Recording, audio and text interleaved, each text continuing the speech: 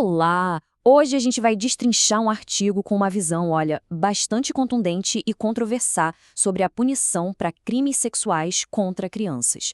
Vamos analisar os pontos-chave apresentados. Para começar, vamos direto ao ponto, com um título bem provocador na nossa fonte de hoje. De cara, já dá para sentir o tom de oposição total a uma punição que, vira e mexe, volta ao debate público. O autor, Vladimir Antonini, abre o texto com uma tese bem forte. Para ele, defender a castração química como punição é algo que parte da ignorância e da demagogia. Mas para a gente conseguir acompanhar o raciocínio dele, primeiro a gente precisa entender direitinho os termos que ele usa. A terminologia aqui é peça-chave para toda a argumentação. Então, o autor faz essa distinção bem marcada, sabe? Ele quer deixar claro que o foco do argumento dele é especificamente no que ele define como pedomania. Ele separa esse conceito de outros termos que muitas vezes são usados como sinônimos por aí. E é aqui que a coisa começa a ficar bem interessante. O autor vai construir um núcleo do argumento dele em cima de uma diferença que ele aponta como fundamental entre nós, seres humanos, e os animais. A ideia que a fonte apresenta é a seguinte: nos animais, a sexualidade seria puramente fisiológica, por instinto. Já nos humanos, não. Seria algo principalmente racional que depende do pensamento. Ou seja, a castração resolveria o problema físico, causando impotência, mas não mexeria na raiz do desejo, que estaria na mente.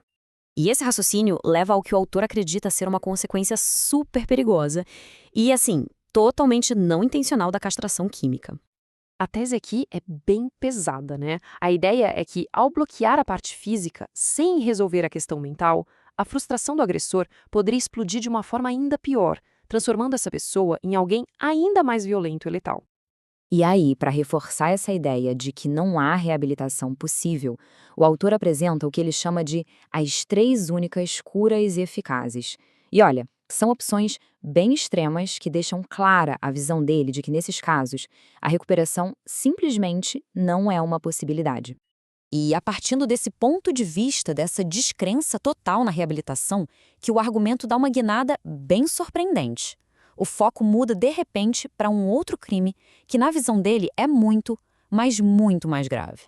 Pois é, depois de todo esse raciocínio contra a castração química, a fonte vira a chave completamente e aponta os holofotes para um crime totalmente diferente. Ele argumenta que o sequestro e o tráfico de crianças para retirada de órgãos é a verdadeira grande ameaça. Algo, segundo ele, muito mais grave e que acaba sendo negligenciado. Ele até chega a citar o caso Pavese como um suposto exemplo de venda de órgãos. E tem mais, o autor argumenta que esse crime horrível estaria sendo facilitado por novas tecnologias. Ele aponta para um aparelho médico específico que teria mudado o jogo, tornando esse mercado ilegal mais viável do que nunca. Para se ter uma ideia do que ele está falando, a fonte menciona um aparelho chamado Transmed. Com ele, um órgão pode ficar viável por 16 horas ou até mais. Pensa só, é um salto gigantesco. Antes, o limite era de mais 6 horas. E o preço para usar essa tecnologia? Bom, a fonte diz que o aluguel do aparelho para um transporte só pode chegar a $250 mil. Para ele, um valor desses é um sinal claro de que existe um mercado negro muito, mas muito lucrativo por trás disso tudo. E para fechar o raciocínio, o autor joga uma última provocação na mesa, um desafio direto para quem defende a castração química. Ele faz uma pergunta que busca expor uma falha no debate. E quando o abuso é cometido por mulheres, qual seria a punição? A ideia é mostrar um suposto ponto cego na discussão pública sobre o tema. Com isso, ele quer dizer que todo debate sobre esse tipo de punição já nasce falho, porque na visão dele se concentra só nos homens. Ele chega a culpar o que chama de feministas insanas por essa suposta negligência no debate. Então, no final das contas, a reflexão que o material propõe é essa. Será que a punição realmente resolve o crime? Ou será que ela corre o risco de criar um problema ainda maior? É uma pergunta complexa que força a gente a pensar não só no método, mas nas consequências que talvez não estejamos enxergando.